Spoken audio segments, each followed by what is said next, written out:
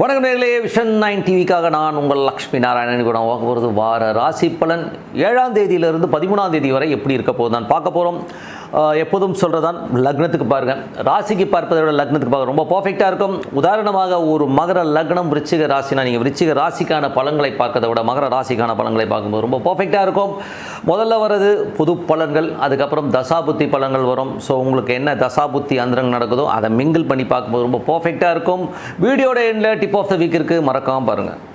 கன்னிராசிக்கு வந்து பார்த்தீங்கன்னா உங்களுக்கு ராசி அதிபதி புதன் வந்து பார்த்தீங்கன்னா ராசியிலே இருக்கும்போது தொழில் ரீதியான விஷயம் நல்ல லாபங்கள் நல்ல ஏற்றங்கள் வருவதற்கான இப்போ ரொம்ப சிறப்பாக இருக்குது. மற்றும் இரண்டாம் அதிபதி ரெண்டாம் அதிபதியான சுக்கிரன் ஆட்சி பலத்தோடு இருந்து அது 9ஆம் அதிபதியாக இருக்கும்போது குருவோடு இருக்கும்போது நல்ல வெளிநாடு சார்ந்த விஷயங்கள் குடும்பம் சம்பந்தமான விஷயங்கள் தகப்பனார்னால நல்ல லாபங்கள் வருவதற்கான இப்போ ரொம்ப சிறப்பாக இருக்குது. உங்களுக்கு 3 மற்றும் 8ஆம் அதிபதியான செவ்வாய் 10ல் இருக்கும்போது தொழில் ரீதியான விஷயங்கள் கொஞ்சம் எமோஷனாக இருக்கிற மாதிரி ஃபீலே கொஞ்சம் கொடுக்கும், கொஞ்சம் ஸ்ட்ரெஸ் வரதுக்கான வாய்ப்பாக இருக்கிறதுனால புதிய ஒப்பந்தங்கள் பக்கத்தில் இருக்கிற கம்பெனிக்கார் பக்கத்தில் இருக்கிறவங்கள்ட்டெல்லாம் கொஞ்சம் ஜாக்கிரதையாக வந்து பழகுது ரொம்ப அவசியம். 4ஆம் அதிபதியான குரு 7ஆம் அதிபதியான குரு வந்து 9ல் இருக்கும்போது சிறப்பான பலன்கள் நல்ல ஏற்றங்கள் வருவதற்கான வாய்ப்பெலாம் இருக்குது. ஸோ இதில் வந்து பார்த்திங்கன்னா ஒரு புதிய நிலபுலன்களோ ஸோ கணவன் மனைவி உறவுலையோ சரி பெரிய பணம் புழங்கோ ஸோ ரொம்ப சிறப்பான வளர்ச்சி நல்ல ஒரு விஷயங்கள்லாம் கண்டிப்பாக நடப்பதற்கான வாய்ப்பு ரொம்ப நல்லா இருக்குது. அதுக்கப்புறம் பார்க்கும்போது உங்களுக்கு 5ஆம் அதிபதி 6ல் இருக்குது. ஸோ 5ஆம் அதிபதி வந்து 6ல் இருக்கும்போது பார்த்தீங்கன்னா குழந்தைகள் சம்பந்தமான விஷயங்கள் நல்ல ஏற்றங்கள் நல்ல லாபங்கள் வரதுக்கான வாய்ப்பு ரொம்ப நல்லா இருக்குது. இருந்தாலும் வந்து இதில் வந்து பார்த்திங்கன்னா 5ஆம் அதிபதியாக இருந்து அது 6ல் இருக்கும்போது வேலையில் நல்ல ஏற்றங்கள் நல்ல லாபங்கள்லாம் இருக்கும். அதே நேரத்தில் வந்து இரட்டிப்பு வருமானங்கள் சில பேர் கிடைக்கிறதுக்கான வாய்ப்பு இருக்குது. 6ஆம் அதிபதி 6ல் சனி வந்து உங்களுக்கு பார்த்தீங்கன்னா 7ல் இருக்கும்போது 7, 6 வந்து ஒரு காம்பினேஷன்ஸ் இருக்கும்போதே கணவன் மனைவி நடுவில் வந்து பார்த்தீங்கன்னா மனசுக்குள்ளேயே வந்து புழுங்கிக்கிறது, மனசுக்குள்ளேயே வந்து சண்டை போட்டுக்கிறது. அதாவது சில பேர் வந்து வெளியில் திட்ட மாட்டாங்க, உள்ளுக்குள்ளேயே வச்சு பண்ணுற மாதிரி விஷயங்கள் இருக்கும். ஸோ கொஞ்சம் கேர்ஃபுல்லாக இருங்க. அதே வரும் உங்களுக்கு 8ஆம் அதிபதியான செவ்வாய் வந்து உங்களுக்கு வந்து 10ல் இருக்கும்போது தொழில் ரீதியான விஷயங்கள் மாமியார் வீட்டுக்கு போய் விருந்துக்கு போனீங்கன்னா ஏதாச்சும் அசிங்கப்படுறதுக்கான வாய்ப்புலாம் ரொம்ப கவனமாக இருக்கணும். மற்றபடி வந்து உங்களுக்கு வந்து 9ஆம் அதிபதி ஸோ 9ஆம் அதிபதியான சுக்கிரன் வந்து உங்களுக்கு 2ல் இருக்கும்போது அதுவும் குருடைய சாரத்தில் இருக்கும்போது நல்ல விஷயங்கள் நல்ல ஏற்றங்கள் வருவதற்கான ரொம்ப சிறப்பாக இருக்குது. அதுக்கப்புறம் 10ஆம் அதிபதியான புதன் வந்து ஆட்சி பலத்தோடு சிறப்பாக உங்களுக்கு புதிய தொழில் வாய்ப்புகள்லாம் வர்றதுக்கான வாய்ப்புலாம் ரொம்ப நல்லா இருக்குது. பட் இருந்தாலும் ரொம்ப கவனமாக இருக்கணும். ஏன்னா அங்கே வந்து 10ல் செவ்வாய் இருக்கும்போது அது வந்து நமக்கு ஏதாச்சும் ஒரு அக்ரிமெண்ட்லேயோ ஏதாச்சும் இன்டர்னல்லையும் வந்து ஏதாவது லூப் வச்சு நம்மளை மாட்ட விடுறதுக்கான வாய்ப்புலாம் ரொம்ப கேர்ஃபுல்லாக இருக்கணும். வெளியில் தெரியாது, அதனால் கொஞ்சம் கேர்ஃபுல்லாக ஹேண்டில் பண்ண வேண்டியது ரொம்ப அவசியங்க. ஸோ இதுவரை பார்த்தது வந்து பார்த்திங்கன்னா நார்மலான ஒரு பொது பலன்கள் பார்த்தோம். ஸோ இப்போ பார்க்க போது தசாபதி பலன்கள் எப்படி இருக்கணும். ஸோ தசாபதி பலன்கள் கன்னி லக்னமாக இருந்து சூரிய தசாபதி சூரியன் உங்களுக்கு வந்து நிறைய அலைச்சல்களை கொடுக்கும். கொஞ்சம் பெரிய லாபங்களை நோக்கி வந்து நிறைய அலைச்சல் கொஞ்சம் இருந்தால் அடுத்த லெவலுக்கு போகிறதுக்கான ரொம்ப சிறப்பாக இருக்குது. கன்னி லக்னமாக இருந்து சந்திர தசாபுத்தி அந்த நடக்கணும். சந்திரன் வந்து பார்த்திங்கன்னா நிறைய ஒரு தாயார் சம்பந்தமான விஷயங்கள் திங்கள் செவ்வாயிலும் சின்ன அலைச்சல்கள் நிலபுலங்கள் விற்பனை ஆவதற்கான வாய்ப்பு ரொம்ப சிறப்பாக இருக்குது. கன்னி லக்னமாக இருந்து செவ்வாய் தசாபுத்தி அந்த செவ்வாய் வந்து பார்த்திங்கன்னா உங்களுக்கு வந்து 3, 8ஆம் அதிபதி 10ல் இருக்கும்போது தொழில் ரீதியான விஷயங்கள் ரொம்ப கவனமாக இருக்கணும்.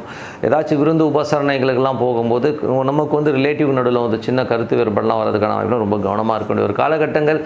அதுக்கப்புறம் பார்க்கும்போது கன்னி லக்னமாக இருந்து ராகு தசாபுத்தி ராகு வந்து பார்த்திங்கன்னா 6ஆம் அதிபதியோடைய சாரத்தில் ராகு. அது மட்டும் இல்லாமல் சனி ராகு ஒரு நட்சத்திர பரிவர்த்தனை இருக்கும்போது வேலையில் நல்ல ஏற்றம் நல்ல லாபங்கள் இருந்தாலும் உள்ளுக்குள்ளே வந்து கணவன் மனைவியினரில் வந்து ஒரு வேக்யூம் ஃபார்ம் ஆகும். ஸோ உள்ளுக்குள்ளேயே மனசுக்குள்ளேயே வச்சு புழுங்கிக்கிறதுக்கான வாய்ப்புலாம் இருக்கும். ரொம்ப கவனமாக இருக்க வேண்டிய ஒரு காலகட்டங்கள். கன்னி லக்னமாக இருந்து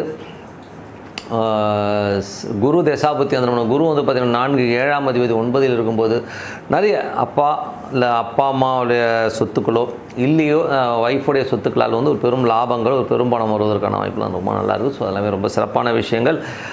கன்னி லக்னமாக இருந்து சனி தசாபத்தி அந்த சனி வந்து பார்த்திங்கன்னா கொஞ்சம் வேலையில் நல்ல ஏற்றம் நல்ல லாபங்களும் நல்ல ஒரு விஷயங்களையும் கொடுக்கறதுக்கான வாய்ப்பு இருக்கும்.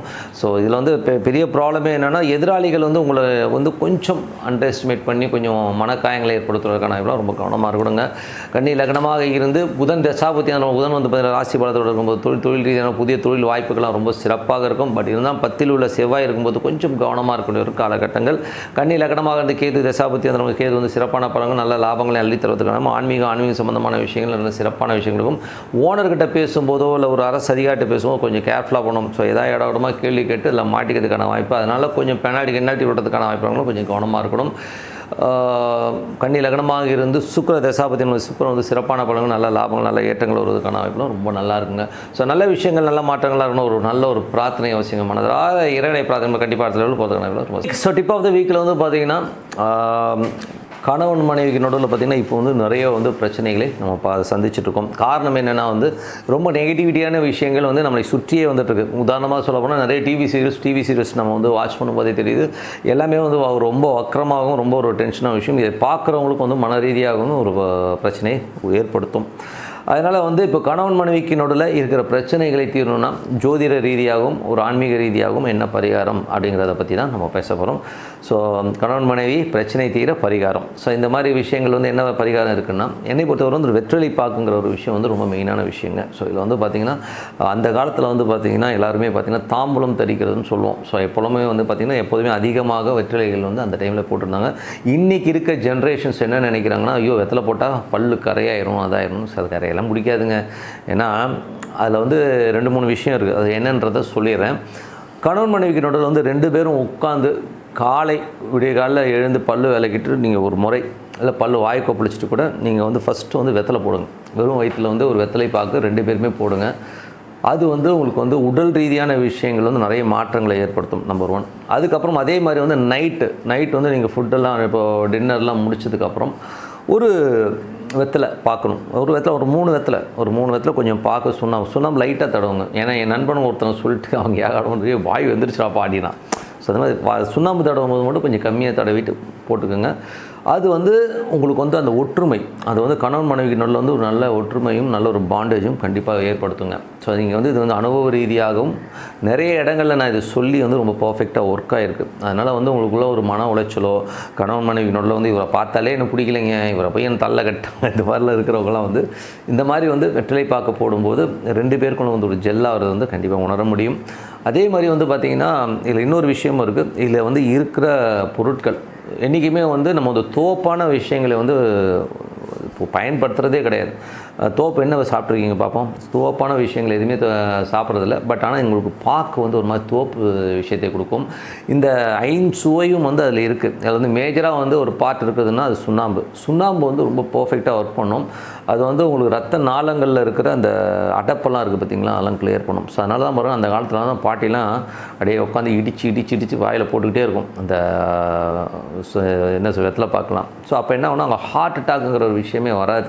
ஸோ அதனால் வந்து இதை வந்து எல்லோருமே சாப்பிடுங்க.